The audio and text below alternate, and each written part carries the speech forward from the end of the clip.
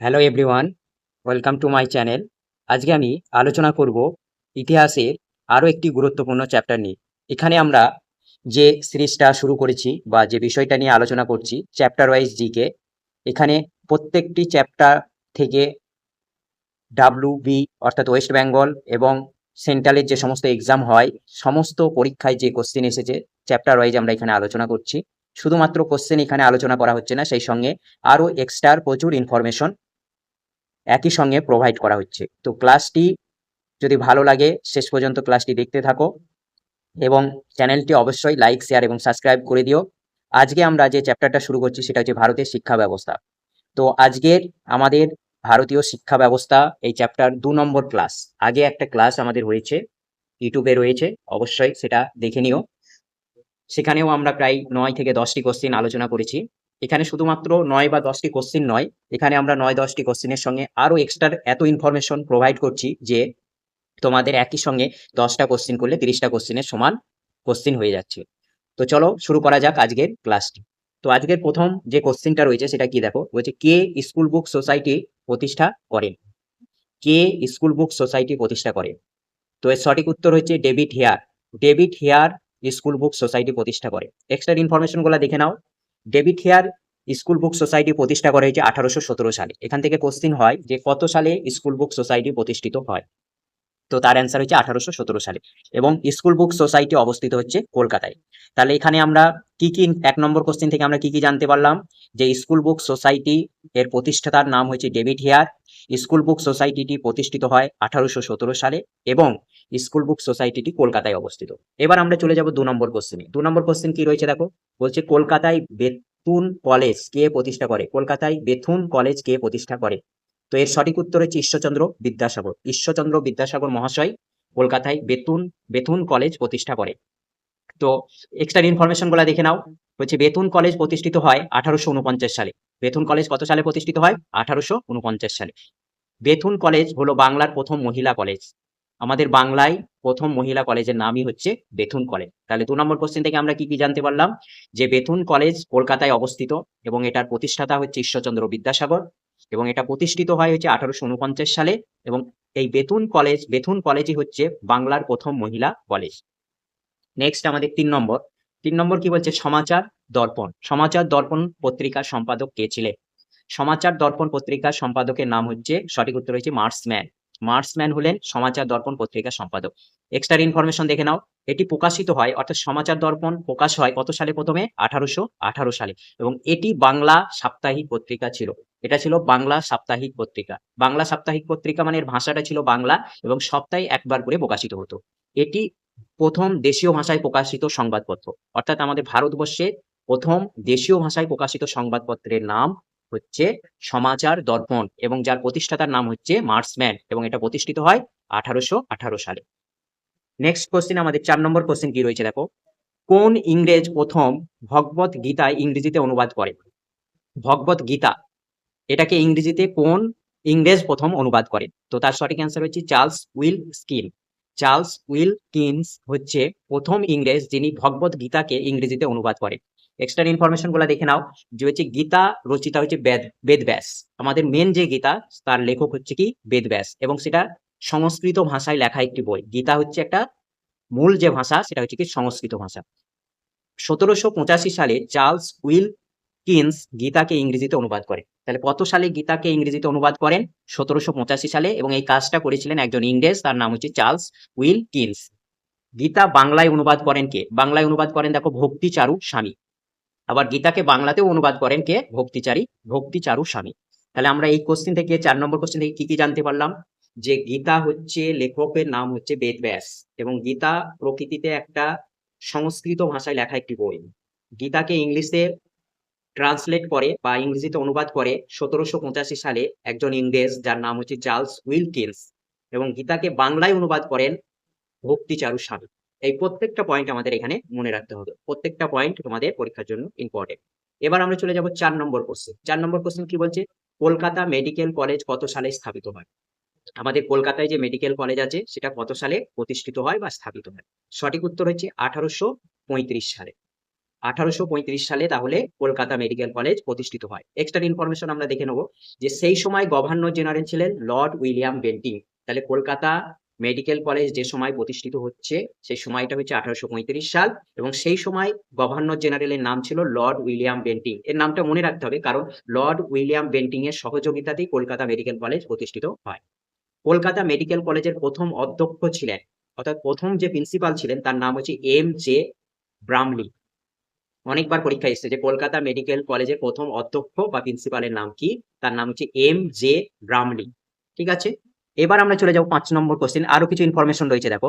Kolkata medical college ছিল ভারতবর্ষের প্রথম মেডিকেল কলেজ, ব্র্যাকেটে লেখা আছে সরকারি, অর্থাৎ সরকারি হিসাবে ভারতবর্ষের প্রথম মেডিকেল কলেজটার নাম হচ্ছে কলকাতা মেডিকেল কলেজ, এবং সেটা প্রতিষ্ঠিত হয় কত সালে? 1835 সালে। আর পরের পয়েন্টে দেখো লেখা রয়েছে আরজি কর মেডিকেল কলেজ হলো এশিয়ার প্রথম বেসরকারি মেডিকেল কলেজ। আরজি কর মেডিকেল কলেজ, এটাও কলকাতাতেই অবস্থিত। আরজি কর মেডিকেল কলেজ হচ্ছে এশিয়ার প্রথম বেসরকারি মেডিকেল কলেজ। তাহলে ভারতবর্ষের প্রথম সরকারি মেডিকেল কলেজ হচ্ছে কলকাতা মেডিকেল কলেজ, আর বেসরকারি বললে আরজি করকে বলবো, কারণ এশিয়ার প্রথম মানে তো ভারতবর্ষেরও প্রথম হবে।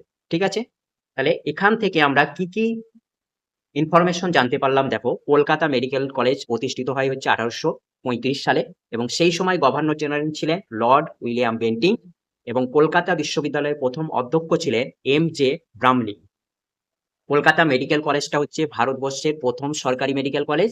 সঙ্গে আমরা মনে রাখবো যে আরজি কর হলো এশিয়ার মধ্যে প্রথম বেসরকারি মেডিকেল কলেজ। নেক্সট আমরা 5 নম্বর কোশ্চেনে চলে আসি। এশিয়াটিক সোসাইটি কে স্থাপন করে? এশিয়াটিক সোসাইটি কে স্থাপন করে? সঠিক উত্তর হচ্ছে William Jones. William Jones Asiatic society প্রতিষ্ঠা করে। কত সালে প্রতিষ্ঠিত হয়? দেখো লেখা রয়েছে 1784 সালে। 1784 সালে তাহলে কি প্রতিষ্ঠিত হচ্ছে? এশিয়াটিক সোসাইটি, এবং তার ফাউন্ডারের নাম বা প্রতিষ্ঠাতার নাম হচ্ছে উইলিয়াম জোন্স। কোথায় অবস্থিত এশিয়াটিক সোসাইটি? কলকাতায় অবস্থিত। নেক্সট 6 নম্বর কোশ্চেন দেখো, কোন আইনে ভারতীয়দের শিক্ষার জন্য বাৎসরিক 1 লক্ষ টাকা বরাদ্দ করা হয়? কোন আইনে ভারতীয়দের শিক্ষার জন্য বাৎসরিক 1 লক্ষ টাকা বরাদ্দ করা হয়? অর্থাৎ কোন আইন পাস করার পর থেকে ব্রিটিশ সরকার বা ইংরেজরা, ইস্ট ইন্ডিয়া কোম্পানি ভারতের শিক্ষা ক্ষেত্রে 1 লক্ষ টাকা করে খরচ করার অনুমোদন দেন? তো এর সঠিক উত্তর হলো 1813 সালে চার্টার অ্যাক্ট। 1813 সালে চার্টার অ্যাক্ট যখন প্রকাশিত হয়, সেখানে বলা হয় যে আজ থেকে ইস্ট ইন্ডিয়া কোম্পানি ভারতীয়দের শিক্ষার জন্য প্রতি বছর 1 লক্ষ টাকা করে খরচ করবে, এবং সেই সময় গভর্নর জেনারেল ছিলেন হচ্ছে লর্ড ডালহৌসি। নেক্সট আমরা দেখবো 7 নম্বর কোশ্চেন, বাংলা ভাষায় প্রথম বই ছাপা হয় কত সালে? মানে বাংলা বই প্রথম কত সালে ছাপা হয়? তো সালটা দেখো, সঠিক উত্তর হচ্ছে 1778 সালে। 1778 সালে প্রথম বাংলা ভাষা বই ছাপা হয়। বইটার নাম কি ছিল? দেখো, বইটি ছিল ন্যাথিলিয়ান ব্রুসির বাংলা ব্যাকরণ। ন্যাথিলিয়ান ব্রুসি, এটা হচ্ছে রাইটারের নাম, ন্যাথিলিয়ান ব্রুসির বাংলা ব্যাকরণ। এই বইটা ছিল বাংলা ভাষায় প্রকাশিত প্রথম বই, এবং কত সালে প্রকাশিত হয় এটা? এটা প্রকাশিত হয় হচ্ছে 1778 সালে। 8 নম্বর কোশ্চেনে চলে আসো, জেনারেল অ্যাসেম্বলি ইনস্টিটিউশন কে প্রতিষ্ঠা করে? জেনারেল অ্যাসেম্বলি ইনস্টিটিউশন কে প্রতিষ্ঠা করে? তো এর সঠিক উত্তর হচ্ছে Alexander draft. Alexander draft general assembly institution প্রতিষ্ঠা করে। কত সালে এটা তৈরি হয়? 1830 সালে এটি তৈরি হয়, এবং বর্তমানে এই জেনারেল অ্যাসেম্বলি ইনস্টিটিউশনটা কলকাতাতেই অবস্থিত। এর বর্তমান নাম হচ্ছে স্কটিশ চার্চ কলেজ। যেটা বর্তমানে আমরা স্কটিশ চার্চ কলেজ বলি, সেটার আগে নাম ছিল হচ্ছে জেনারেল অ্যাসেম্বলি ইনস্টিটিউশন। সেটা তৈরি হয় হচ্ছে 1830 সালে, এবং তার যে ফাউন্ডার বা প্রতিষ্ঠাতার নাম ছিল হচ্ছে আলেকজান্ডার ড্রাফ। নেক্সট কোশ্চিন, 9 নম্বর কোশ্চিন দেখো, কে ভারতের মহিলাদের শিক্ষার সরকারি স্বীকৃতি দিয়েছিলেন? মানে ভারতবর্ষে যে সমস্ত গভর্নর বা ভাইসরয় পাবো, তাদের মধ্যে কে ছিলেন যে মহিলাদের শিক্ষার প্রতি উদারতা ভাব দেখিয়েছিলেন? তো এর সঠিক উত্তর হবে লর্ড ডালহৌসি। লর্ড ডালহৌসি প্রথম ভারতীয় মহিলাদের শিক্ষার সরকারি স্বীকৃতি দিয়েছিলেন। 1848 সাল থেকে 1853 সাল পর্যন্ত ডালহৌসি ভারতবর্ষের গভর্নর জেনারেল ছিলেন। অর্থাৎ কতদিন পর্যন্ত তিনি গভর্নর জেনারেল ছিলেন ভারতবর্ষের? সালটা হচ্ছে 1848 থেকে 1853 সাল পর্যন্ত। লর্ড ডালহৌসির বিখ্যাত কাজের মধ্যে রয়েছে, মানে লর্ড ডালহৌসি যে সমস্ত কাজগুলি করেছিলেন যখন গভর্নর জেনারেল ছিলেন সেই সময়, কি কি ছিল? সত্য বিলোপ নীতি, ভারতের রেল ব্যবস্থার প্রচলন, টেলিগ্রাফ এই ব্যবস্থার প্রচলন, এই সমস্ত বিখ্যাত কাজগুলি ডালহৌসির দ্বারা সম্পূর্ণ হয় যখন তিনি ভারতবর্ষের গভর্নর জেনারেল ছিলেন। এবার আমরা এই সত্যবিলোপ নীতি সম্পর্কে একটা পয়েন্ট আমরা জেনে নেব। দেখো, সত্যবিলোপ নীতি বা ডক্ট্রিন অফ ল্যাপসটা কি? এখানে বলা ছিল যে যদি কোনো রাজা অপুত্রক অবস্থায় মারা যায়, তাহলে সেই রাজ্য সেই রাজার দত্তক পুত্র পাবে না, সেটা অটোমেটিকলি ব্রিটিশদের আন্ডারে চলে আসবে। ঠিক আছে, অর্থাৎ কোনো রাজা যদি নিঃসন্তান অবস্থায় মারা যায় তাহলে তার দত্তক পুত্র সেই রাজ্যের অধিকারী হবে না। এটাই ছিল সত্যবিলোপ নীতি। এবার আমরা চলে আসি 10 নম্বর কোশ্চেন, ভারতে প্রচলিত প্রথম সংবাদপত্র কোনটি? ভারতে প্রচলিত প্রথম সংবাদপত্র কোনটি? এর সঠিক উত্তর হলো বেঙ্গল গ্যাজেট। বেঙ্গল গ্যাজেট হলো ভারতবর্ষে প্রচলিত মানে ভারতে প্রথম প্রকাশিত সংবাদপত্র। এটি কত সালে প্রকাশিত হয়? 1780 সালে প্রকাশিত হয় এবং এর সম্পাদক এর নাম ছিল হচ্ছে James August Hicky. James August Hicky ছিলেন বেঙ্গল গ্যাজেট পত্রিকার সম্পাদক, যে পত্রিকাটা ছিল ভারতবর্ষের প্রথম পত্রিকা এবং এটা প্রকাশিত হতো হচ্ছে ইংরেজি ভাষায়। ইংরেজি ভাষায় প্রকাশিত একটা সংবাদপত্র ছিল হচ্ছে বেঙ্গল গ্যাজেট। দেখো আমরা দুটো সংবাদপত্র সম্পর্কে জানলাম, একটা হচ্ছে বেঙ্গল গ্যাজেট আর একটা হচ্ছে সমাচার দর্পণ। বেঙ্গল গ্যাজেট হচ্ছে ভারতে প্রচলিত প্রথম সংবাদপত্র, অর্থাৎ ভারতে প্রচলিত প্রথম সংবাদপত্র হচ্ছে বেঙ্গল গ্যাজেট। আর যদি বলে ভারতে প্রচলিত প্রথম দেশীয় ভাষায় সংবাদপত্র, সেটা কিন্তু হবে হচ্ছে সমাচার দর্পণ। কারণ বেঙ্গল গ্যাজেটটা ছিল ইংরেজি ভাষায় কিন্তু সমাচার দর্পণটা ছিল ভারতীয় ভাষা বাংলা, যেটা ভারতীয়র একটা ভাষা, ভারতীয় রাজ্যের একটা ভাষা। তাহলে আমরা এখানে দুটো কোশ্চেনের মধ্যে কখনোই গোলমাল করবো না। একটা কি আছে যে ভারতে প্রচলিত প্রথম সংবাদপত্র যদি আমাদের বলে তাহলে সেটা হবে যে বেঙ্গল গ্যাজেট, আর যদি বলে ভারতে প্রচলিত প্রথম দেশীয় ভাষায় প্রকাশিত সংবাদপত্র সেটা হচ্ছে তোমার সমাচার দর্পণ। ঠিক আছে, নেক্সট কোশ্চেন আমরা দেখবো 11 নম্বর কোশ্চেন, কোন গভর্নর জেনারেল ভারতে ওয়েস্টার্ন এডুকেশন অর্থাৎ পশ্চিমী যে শিক্ষা তার পক্ষে সিদ্ধান্ত নেন? তো এর সঠিক উত্তর হচ্ছে Lord William Bentinck. Lord William Bentinck ভারতবর্ষকে ওয়েস্টার্ন এডুকেশনে শিক্ষিত করার পরিকল্পনা করেন বা সিদ্ধান্ত নেন। তিনি ভারতবর্ষের গভর্নর জেনারেল ছিলেন। দেখো 1828 থেকে 1833 সাল পর্যন্ত তিনি বাংলার গভর্নর জেনারেল ছিলেন। 1828 থেকে 1833 পর্যন্ত লর্ড উইলিয়াম বেন্টিং ছিলেন বাংলার গভর্নর জেনারেল। তারপরে 1833 থেকে 1835 সাল পর্যন্ত তিনি হয়ে গেলেন ভারতের গভর্নর জেনারেল। অর্থাৎ বাংলার যে গভর্নর জেনারেল ছিল, এই 1833 সালে একটা আইন আছে, দেখো নিচে লেখা রয়েছে 1833 সালের চার্টার অ্যাক্ট। এই 1833 সালে চার্টার অ্যাক্টের মাধ্যমে বাংলার গভর্নর জেনারেলকে ভারতের গভর্নর জেনারেল করে দেওয়া হয়। তাহলে আমরা এখান থেকে একটা গুরুত্বপূর্ণ পয়েন্ট জানতে পারলাম যে লর্ড উইলিয়াম বেন্টিং হচ্ছে বাংলার শেষ গভর্নর জেনারেল এবং ভারতবর্ষের প্রথম গভর্নর জেনারেল হচ্ছে লর্ড উইলিয়াম বেন্টিং। এটাও পরীক্ষায় কোশ্চেন হয়।